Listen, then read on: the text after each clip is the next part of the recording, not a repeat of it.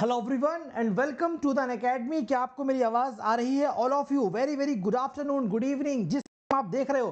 पर अभी तो गुड इवनिंग हो रहा है, 9:07 का टाइम आपकी घड़ी पर हो रहा होगा, राइट। चलिए आज बात करेंगे paper 1 how to score 50 out of 50। उड़ी बाबा बेटा, वेरी गुड उड़ी बाबा, वेरी गुड। ये लाइव सेशन है, स्ट्रेटजी को लाइव ले रहा हूँ, आज आपके सामने डिस्कस करूंगा। जितने भी आपकी प्रॉब्लम्स होगी उन प्रॉब्लम्स को सोल्यूशन दूंगा कि कैसे प्रिपरेशन की जाए, ताकि पेपर 1 में जो सबसे बड़ा आपके समस्या का लूप बना हुआ है। Very good Ritika, good morning. Deepshikha, very good morning, very good evening, sorry, है ना। तो how to score 50 out of 50, 50 में 50 का स्कोर आप कैसे कर सकते हैं। 50 में 50, वेरी गुड पलक, ओ पांडे, वेरी गुड। तो कैसे 50 में 50 स्कोर कर सकते हैं, ये आज प्रूवन स्ट्रेटेजी में बात करेंगे, किस तरह से पढ़ाई करी जाए। आवाज़ आ रही है? आवाज़ आ रही है बेटा? तो 50 में 50 कितने बच्चों का सपना है 50 आउट ऑफ 50 क्वेश्चन ठीक करने का, या 100 में 100 नंबर प्राप्त करने का? कितने मेरे प्यारे स्टूडेंट का ये ड्रीम है कि आपको 100 में 100 नंबर पाने हैं? कितने बच्चों का ये टारगेट है बेटा, बताइए फटाफट। कितने बच्चों का मेरे प्यारे स्टूडेंट का ये गोल है कि वो 50 आउट ऑफ 50 चाहते हैं? बताइए कितने बच्चे हैं यहाँ पर? लिखिए, आप लोग कमेंट करिए। बाद में भी वीडियो देख रहे हो तो भी आप टाइप करिए 50 में 50 स्कोर करने के लिए क्या चाहिए। सबसे पहले एक मोटिवेशन आपके लिए ज़रूरत है। क्या? सपने तभी पूरे होते हैं जब उन्हें पूरा करने के लिए दिन रात मेहनत की जाए। सपने तभी पूरे होते हैं जब उनको पूरा करने के लिए दिन रात मेहनत की जाए, वरना सपने देखते देखते ही जीवन गुजर जाती है और कोई सपना पूरा नहीं होता है। यानी एक बात ये समझ में आया कि अगर हमने 50 में 50 का सपना देखा कि भाई हम 50 में 50 क्वेश्चन पेपर 1 में ठीक करेंगे या 100 में 100 क्वेश्चंस लाएंगे, अगर सपने देख सकते हैं तो उनको पूरा करा जा सकता है। अगर सपने देख सकते हैं तो उनको पूरा करा जा सकता है, बशर्ते उसके लिए आपको दिन रात मेहनत की जाए। क्या आप दिन रात मेहनत करने के लिए तैयार हैं? क्या आप दिन रात मेहनत करने के लिए तैयार हैं? आपने अपना गोल डिसाइड कर लिया है। अगर आपका जीआरएफ लक्ष्य है बेटा, इस 2024 में आपको जीआरएफ पाना है, क्या आपने अपने आप को डिसाइड कर लिया है? क्या आपने अपने आप को रेडी कर लिया है? इस 2024 में अंत होने तक मैं जीआरएफ पा जाऊंगा। क्या आपने आप में दृढ़ विश्वास लिया है? बोलो भाई यस और नो। क्या अपने आप पर विश्वास लिया है आपने? क्या अपने आप पर आपने विश्वास किया है? बोलो यस और नो। अपने आप पर आपने बिलीव किया है, यस मैं आउट ऑफ 50 50 में करूंगा। कौन कौन से वो स्टेप फॉलो करने हैं जिसमें आप 50 में 50 क्वेश्चन को ठीक कर सकते हैं? गारंटी ठीक कर सकते हैं। चैलेंज है हमारा, हमारी टीम के साथ जुड़कर आप इस 50 में 50 का स्कोर कर सकते हैं। ऑलवेज कर सकते हैं बेटा, हमने करके दिखाया तो आप भी कर सकते हो बेटा। हजारों स्टूडेंट की उनकी मंजिल तक पहुंचाया और उनको दिलाया है। सबसे पहला स्टेप है understand the syllabus and examination pattern. बच्चों को यही नहीं पता होता, एग्जामिनेशन तक ये नहीं पता होता है कि उनका सिलेबस क्या है, उनका एग्जामिनेशन पैटर्न नहीं पता होता। सब आवाज परफेक्ट आ रही बेटा, सिर्फ कुछ बच्चे भ्रमित करने के लिए बैठते हैं लग रहा। तो सिलेबस की बात की जाए, सिलेबस हमको अपना सिलेबस, सबसे पहले नो योर सिलेबस, आपको अपना सिलेबस जानना होगा। क्या होगा? सिलेबस जानना होगा। कितने बच्चे कंप्लीट सिलेबस के बारे में अवेयर हैं कि आपका पेपर 1 का क्या सिलेबस है? क्या आपने अपने रूम में, जो स्टडी रूम है वहां पर अपने सिलेबस को रखा हुआ है, प्रिंट आउट करके रखा हुआ है? क्या वो आपने अपने पास रखा हुआ है डाउनलोडेड? क्योंकि syllabus is the most important की, जिसके दम पर, जिसके अकॉर्डिंगली जो आपका रास्ता डिसाइड करती है, जिस रास्ते पर आपको चलना है, कितना पढ़ना है, वो आपका सिलेबस डिसाइड करता है। क्या करता है? सिलेबस डिसाइड करता है। एटलीस्ट अगर आपने 100% सिलेबस पूरा करा तो आप स्कोर कर सकते हैं। क्लियर है बेटा? ठीक है भाई। तो नो योर सिलेबस की बात करें, सबसे पहले अपने सिलेबस को गो थ्रू करो। क्या आपको अपना सिलेबस पता है? सिलेबस पता होना बहुत जरूरी है। जब आप अपने सिलेबस के सारे क्वेश्चंस को सॉल्व कर पाओगे, सारे टॉपिक्स को पढ़ पाओगे, उसके बाद जो आउट ऑफ सिलेबस आपसे क्वेश्चन पूछे जाते हैं उन पर हम काम कर पाएंगे। पहले हमें सिलेबस पर काम करना है, फिर बियॉन्ड द सिलेबस जो क्वेश्चन पूछे जा रहे हैं, out of the box question जो यूजीसी नेट पूछ रहा है, जैसे आईसीटी में क्वेश्चन अलग से आ रहे हैं, मैथ्स में अलग अलग बोर्ड एंड स्ट्रीम आ रहा है, अलग अलग टॉपिक्स के जो क्वेश्चन पूछे जा रहे हैं वो तभी बच्चे आप कर पाएंगे जब आपका सिलेबस पूरा हो पाएगा। क्लियर है? बोलो यस और नो। आज ही सिलेबस का प्रिंट आउट लेकर जिस रूम में पढ़ाई करते हो वहां पर चस्पा कर दो, छाप दो उसको, आप अपनी नजरों के सामने उसको लगा दो। एटलीस्ट पहले वो 10 यूनिट के सिलेबस आपके सामने होना चाहिए, सिलेबस की तैयारी करनी चाहिए। सेकंड बात, बहुत ही आज एनर्जेटिक होकर सेशन करना है आपको। एग्जामिनेशन पैटर्न के बारे में जानिए। एग्जामिनेशन पैटर्न क्या करता है, क्योंकि हमारी तैयारी को स्टार्ट कराने में, तैयारी को और अच्छा करने में मदद करता है सिलेबस और एग्जामिनेशन पैटर्न। सिलेबस आपने प्रिंट कर लिया है, रोजाना सिलेबस को देखते जाओ, टॉपिक पर टिक करते जाओ। आपके घर के सामने जो आपका रूम होगा वहां पेज चिपका होगा, टॉपिक टिक करते जाओ, मैंने ये पढ़ लिया, ये पढ़ लिया, ये पढ़ लिया, ये पढ़ लिया। आपको दिखाई देगा क्या बकाया है, क्या कर चुके हो, और वो आपके मन में पॉजिटिव एनर्जी डालेगा। अबे यार अभी तो 4 यूनिट बाकी है। एक डर पैदा करेगा, जहां डर होता है वहां जीत होती है, जहां डर के आगे जीत है। ऐसे नहीं कहा गया बेटा, डर के आगे जीत इसीलिए कहा गया है, जब आप कट करेंगे और जो बचेगा उसको पढ़ते जाना है, पढ़ते जाना है, आपका सारा सिलेबस पूरा हो जाएगा। Second point, examination pattern. हमारा एग्जाम जो 2 पेपर में होता है, पेपर 1 और पेपर 2 होता है। पेपर 1 जो होता है 50 क्वेश्चन का होता है, पेपर 2 100 क्वेश्चन का होता है। एक क्वेश्चन यहाँ पर 2 नंबर का होता है, तो 100 नंबर का ही हो गया, 200 नंबर का हो गया। इन दोनों को मिलाकर 150 क्वेश्चन टोटल हमारे पेपर में आते हैं, और 2 क्वेश्चन होते हैं तो 300 नंबर का हो गया। कोई भी अटेम्प्ट आने वाला एग्जाम नेगेटिव मार्किंग कहीं पर भी नहीं है ऑफिशियली, तो कहीं भटको नहीं, कहीं परेशान ना हो। आपको 150 में से 150 सारे क्वेश्चन ठीक करने हैं। कितने करने? 150 में 150 सारे क्वेश्चन अटेम्प्ट करने हैं, और अब पेपर आपका सीबीटी मोड पर, कंप्यूटर मोड पर है। ठीक है, अब तैयारी थोड़ी आपकी ज़्यादा शार्प होनी चाहिए, क्योंकि एग्जामिनेशन का पैटर्न ऑनलाइन है। ऑनलाइन में क्या होता है कि एक दिन में 2 शिफ्ट होती है, और एग्जामिनेशन 5 6 8 10 दिन तक चलता है। जब एग्जामिनेशन ज़्यादा दिन तक चलता है तो ज़्यादा वैरायटी ऑफ क्वेश्चन की रिक्वायरमेंट होती है। क्यों? अगर एक ही पैटर्न पे क्वेश्चन बनेगा तो वो पेपर लीक हो जाएगा, क्योंकि आप पेपर देख कर आते हो, हम उसका एनालिसिस कराते हैं। इसलिए वैरायटी ऑफ क्वेश्चन, सुबह बोर्ड एंड स्ट्रीम आएगा, शाम को टाइम एंड वर्क आएगा, कल आपका परसेंटेज आएगा, शाम को रेशियो आएगा, अगले दिन प्रॉफिट एंड लॉस आएगा, फिर आपका एवरेज आएगा, फिर एज आएगा, फिर टाइम स्पीड डिस्टेंस आएगा, फिर ट्रेन आएगा। ऐसे वेरिएशन चलता रहता है बेटा। तो इसके लिए आपको पूरा सिलेबस पढ़ना बहुत इंपॉर्टेंट है, क्योंकि पता नहीं कब आपकी किस्मत में जो आपने पढ़ा पूरा सिलेबस वही आपकी शिफ्ट में आ जाएगा। ठीक है, क्लियर है बेटा? Everybody clear? तो अब ये हो गया एग्जामिनेशन मोड, जो सीबीटी मोड पर हो गया। ऑनलाइन एग्जामिनेशन है, तो अब आपको प्रैक्टिस में मॉक टेस्ट ज़्यादा लगाने पड़ेंगे। क्यों? क्योंकि अब आपका पेपर आपके सामने नहीं होगा, अब आपका कंप्यूटर आपके सामने होगा, कंप्यूटर से बैठकर आपको मॉक टेस्ट सॉल्व करने पड़ेंगे। तो जितनी ज़्यादा प्रैक्टिस करोगे उतनी ज़्यादा आपको हेल्प मिलेगी। अब आपने सिलेबस और एग्जामिनेशन पैटर्न को समझ लिया। स्टेप नंबर 2, स्टडी शेड्यूल बनाना है आपको अपनी पढ़ाई का एक शेड्यूल बनाना, एक टाइम टेबल बनाना। दूसरी भाषा में बोले तो आपके पास एक टाइम टेबल होना चाहिए बच्चे, कि हम इस टाइम टेबल को फॉलो करेंगे। आपको क्या करना है बच्चा, पेपर 1 और पेपर 2 दोनों का टाइम टेबल बनाना है। क्या करना है बेटा, पेपर 1 और पेपर 2 दोनों का टाइम टेबल बनाना है, और दोनों पर आपको बैलेंस फोकस करना है। क्या करना है? बैलेंस फोकस करना है। हो सकता है कि आपका पेपर 2 अच्छा हो तो आप अपना समय पेपर 1 पर ज़्यादा दें, क्योंकि पेपर 1 एक ऐसी चीज़ है जो हर बच्चे के लिए बराबर है, और वो एक रणनीति होती है पेपर 1 जो आपकी जीआरएफ को कवर कराती है। पेपर 1 में ज़्यादा स्कोर करता है तो नेट होने के चांसेस और ज़्यादा बढ़ जाते हैं, जीआरएफ होने के चांसेस तो खुल जाते हैं, साथ साथ नेट होने के चांस भी और बढ़ जाते हैं। यानी नेट तो हो ही सकता है, जीआरएफ तो खुल ही जाएगा। इन द सेंस पेपर 1 में ज़्यादा स्कोर, मान लो पेपर 2 आपका वीक गया तो एटलीस्ट नेट तो क्वालिफाई कर ही जाओगे, और अच्छा रहा दोनों तो जीआरएफ होना तय है। ठीक है, आगे बताते हैं। तो पेपर 1 और पेपर 2 को बैलेंस आपको स्टडी करनी है, बराबर टाइम इन्वेस्ट करना है। अब आपको अपनी रिक्वायरमेंट के हिसाब से देखना है, आपकी स्ट्रेंथ देखनी है, आप किस में वीक हो, आपको उसके अकॉर्डिंगली ज़्यादा फोकस करना है।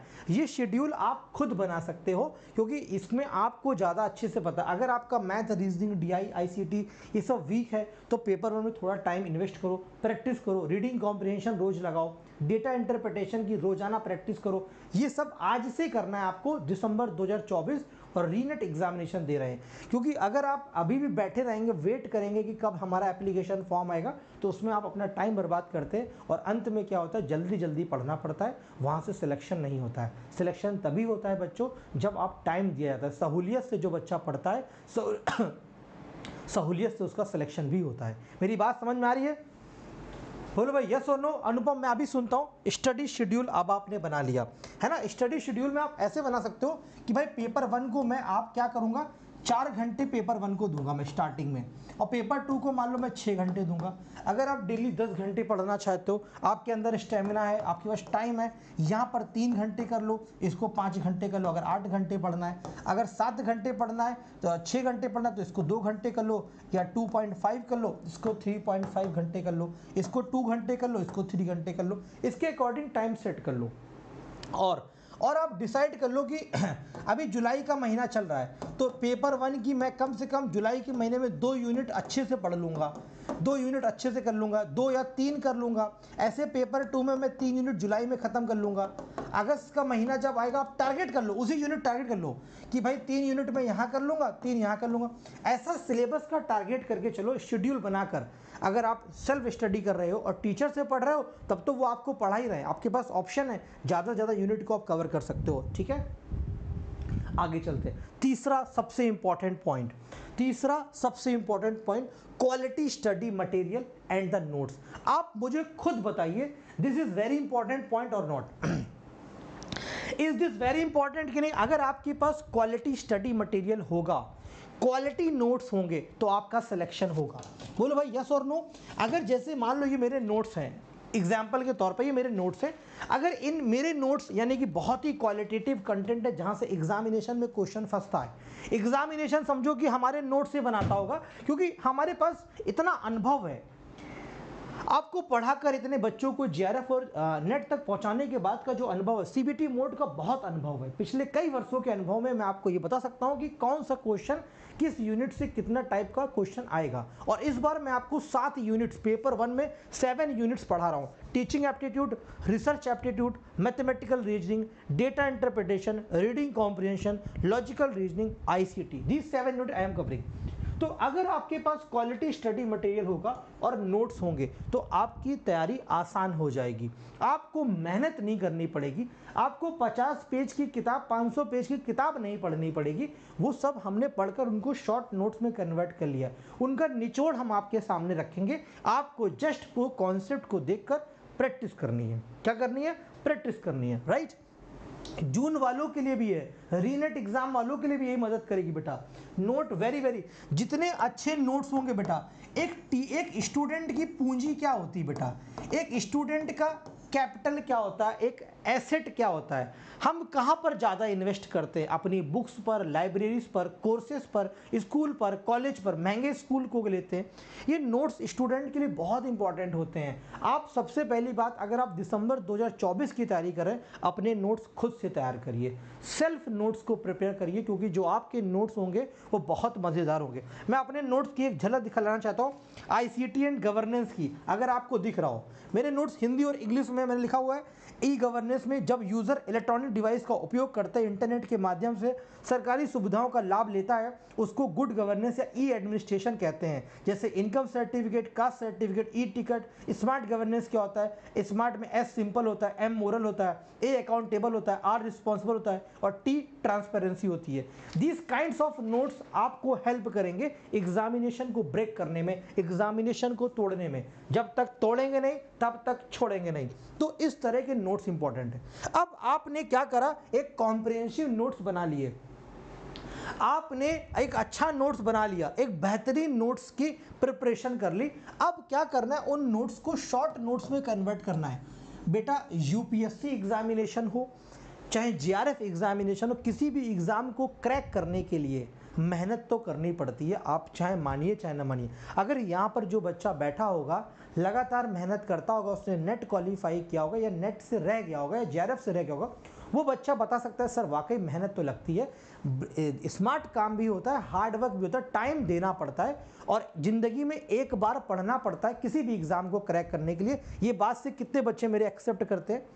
इस बात को मेरे बच्चे कितने बच्चे एक्सेप्ट करते हैं? इस बात को कितने बच्चे एक्सेप्ट करते हैं कि एक बार एटलीस्ट पढ़ना पड़ता है और वो क्वालिटी स्टडी पढ़नी पड़ती है एग्जामिनेशन को क्रैक करने के लिए। तुक्के से कभी एग्जाम नहीं निकलता है और तुक्के से कभी विश्वास नहीं आता है। बोलो भाई। अब आपको शॉर्ट नोट्स बनाने के लिए मैं आपको एक टेक्निक बता सकता हूँ। शॉर्ट नोट्स बनाने के लिए आप क्या कर सकते हैं, स्प्लिट पेज टेक्निक को यूज़ कर सकते हैं। जैसे एक पेज है आपके सामने और आप इस पेज को ऐसे ब्रेक कर लीजिए।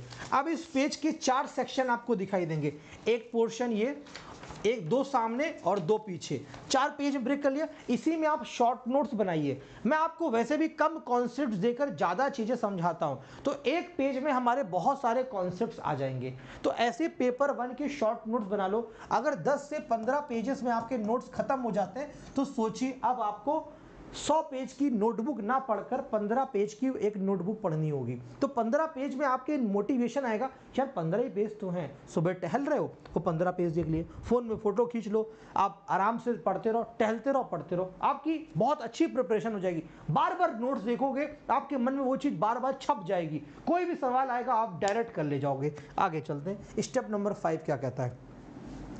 Practice regularly. बोलते हैं ना, practice makes a student perfect. आप जितनी ज़्यादा प्रैक्टिस करेंगे तो कितने साल के क्वेश्चंस लगाए जाए बेटा? देखो आपका एग्जाम सीबीटी मोड पर है तो मैं आपको यही रिकमेंड करूंगा, एटलीस्ट लिख रहा हूँ, कम से कम एटलीस्ट लास्ट 3 ईयर्स के आपको PYQ लगाने हैं, प्रीवियस ईयर क्वेश्चन। कम से कम पिछले 3 साल के क्वेश्चंस आप लगाइए। पिछले 3 साल के, वेरी गुड बेटा, पिछले 3 साल के प्रीवियस ईयर क्वेश्चंस आप लगाइए। 2023 में 3 बार एग्जाम हुआ था, फरवरी मार्च में, जून में और दिसंबर में। 3 साइकिल तो यही हो गई और इससे पहले 2 साल के और एग्जाम के लगाने। क्वेश्चन नहीं मिलते, हमारे टेलीग्राम पेपर 1 बाय रजत सर पर आपको सब कुछ अवेलेबल है, आप हमसे बात कर सकते, कोई भी डाउट हो। प्रैक्टिस करिए। और क्या करना है, मान लो आपने रीजनिंग पढ़ ली, अब रीजनिंग पढ़ ली, आप सारे क्वेश्चन रीजनिंग के प्रीवियस ईयर को उड़ा दो, ढूंढ के क्वेश्चंस को उड़ा दीजिए, ढूंढ के क्वेश्चंस को उड़ाइए।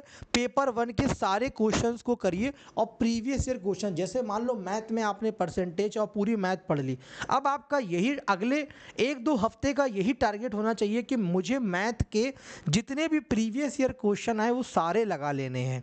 आपने अगर सारे लगा लिए मेरे दोस्त, मेरा बात का विश्वास मानो, कहीं और जाने की जरूरत नहीं है, कोई और किताब खोलने की जरूरत नहीं, आप सीधे एग्जामिनेशन हॉल में जाइए, आपकी जय जयकार होगी उस दिन। प्रैक्टिस आपको रेगुलरली करनी है, जितना पढ़ना है उतनी प्रैक्टिस करनी है। आज से ही अपनी दिनचर्या में, अपने शेड्यूल में मॉक टेस्ट को ऐड ऑन कर लेना। दुनिया कहती है आखिरी के 20 दिन में मॉक टेस्ट लगाना चाहिए, मैं कहता हूँ वो बिल्कुल गलत कहते हैं, वो बिल्कुल गलत कहते हैं। भाई एक स्टूडेंट को तैयार होने में, जैसे एक जवान को तैयार होने में बहुत वक्त लगता है, ऐसे एक स्टूडेंट को तैयार होने में JRF निकालने के लिए कम से कम 6 महीने की कड़ी मेहनत चाहिए।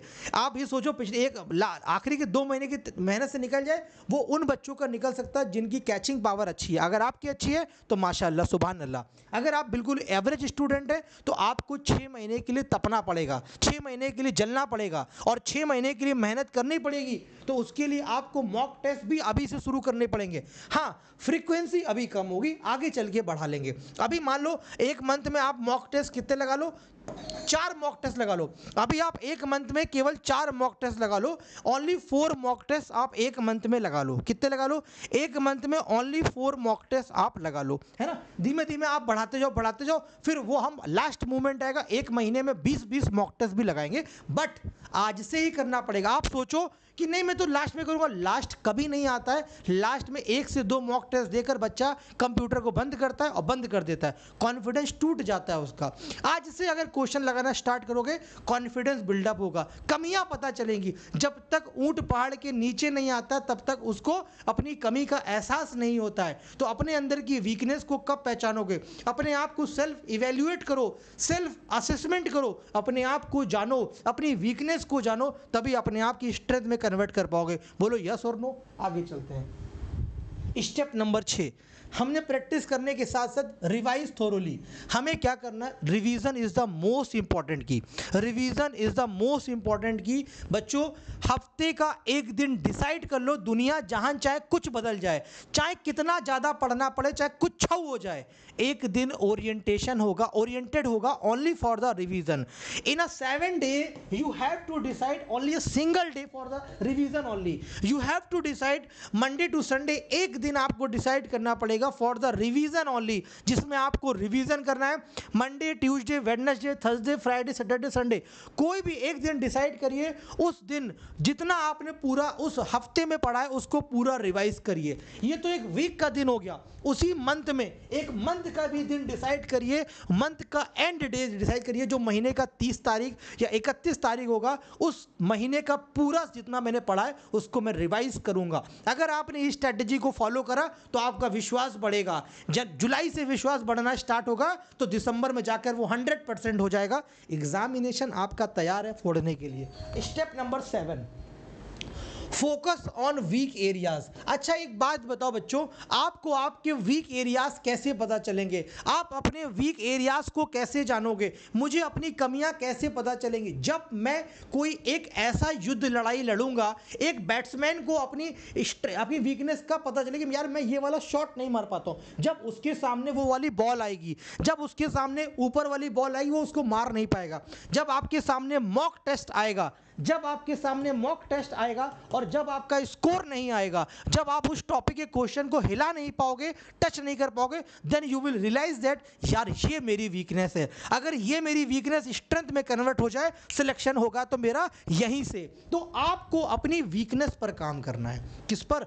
वीकनेस पर काम करना, अपनी कमियों पर। ये कमियां कोई टीचर नहीं बताएगा, पेरेंट्स नहीं बताएंगे। You have to self realize करना पड़ेगा, सेल्फ असेसमेंट करना पड़ेगा, सेल्फ इवैल्यूएशन करना पड़ेगा, खुद को जांचना पड़ेगा। वो कैसे कर पाओगे? एक मॉक टेस्ट लगाकर देख लो।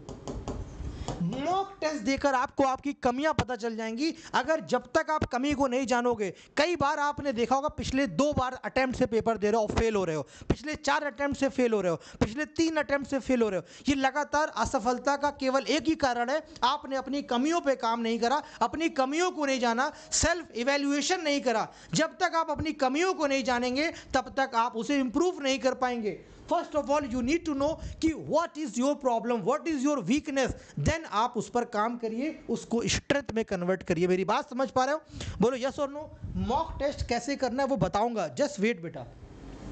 स्टेप नंबर 8 और द लास्ट स्टेप होगा मेरे हिसाब से। Step number 8 will be the last. Stay healthy, stay positive और स्टे मोटिवेटेड। सबसे बड़ी बात है, आपको अपने शेड्यूल को इस अकॉर्डिंगली सेट करना है। एक स्टूडेंट हैं आप, आपके ब्रेन में देखिए, पढ़ाई करने के बाद इंसान बहुत थक जाता है। मजदूर जो होता है वो शारीरिक मेहनत करता है, रात में सोता है, उसकी थकान दूर हो जाती है। लेकिन जब ब्रेन थक जाता है तो उसकी हम थकान को दूर नहीं कर सकते, उसकी थकान को दूर हम नहीं कर सकते। तो उसके लिए हमें हेल्दी होने की जरूरत भी है। स्टे हेल्दी, उसके लिए आप मेडिटेशन ना करो, ये सब कहावतें हैं कि 10 घंटा बैठो, ये सब अगर आप करते हो वेल एंड गुड। मैं कहता हूं कि आप वॉकिंग करो, वॉक करो। जो शॉर्ट नोट्स बनाए हैं, कान में ईयरफोन लगाओ, बढ़िया सा गाना लगाओ और अपने शॉर्ट नोट्स लेकर टहलने निकलो। रोजाना सुबह 6 बजे उठो, 5 बजे उठो, 4 बजे उठो, 8 बजे उठो। What is your schedule, according to your schedule. सुबह नहीं तो शाम को मॉर्निंग वॉक करो, एटलीस्ट करो। शाम को निकलो, अपने पैरों पे वो घास पर टहलो, वहां पर अपने शॉर्ट नोट्स को रिवाइज करो। बढ़िया सा गाना सुनो, जादू तेरी, जो सुनना है आपको सुनो, पर अपने रिवीजन करो, नोट्स को रिवाइज करो। राइट, ये करा। पॉजिटिव रहो, पॉजिटिव क्लासेस करो। जैसे मैं आपको एनर्जेटिक सेशन दे रहा हूं, मतलब मैंने कोई भी टीचर जिसको आप पॉजिटिव फील करते हो, दुनिया का कोई भी व्यक्ति हो, पॉजिटिव इंसान से पॉजिटिव वाइब्स आती है, थके आ रहे इंसान से आपको कभी नहीं आएगी। मोटिवेटेड रहो। जब मोटिवेटेड कब रहोगे? जब आप ज़्यादा पढ़ाई करोगे, आपसे सारे क्वेश्चन सॉल्व होंगे, अपने आप मोटिवेशन होगा, कहीं और जाने की जरूरत नहीं पड़ेगी, किसी का वीडियो देखने की जरूरत नहीं है, कोई शॉर्ट्स देखने की जरूरत नहीं है, खुद मोटिवेटेड हो जाओगे जैसे आपके क्वेश्चन सॉल्व करना स्टार्ट हो जाएगा। ठीक है भाई, ओके। आगे टाइम का मैनेजमेंट करो। आप किताबों को लेकर बैठे ना हो किताबों को लेकर बैठे मत रहो कि पता चला आप किताबों के सामने घंटों बैठे हो। एक टाइम मैनेजमेंट करो कि भाई मुझे इतने घंटे पढ़ना है, तो उतने घंटे कोशिश करो अपनी इफिशियंसी दे पाओ, और उससे ज़्यादा इंपॉर्टेंट है कंसिस्टेंसी दे पाओ।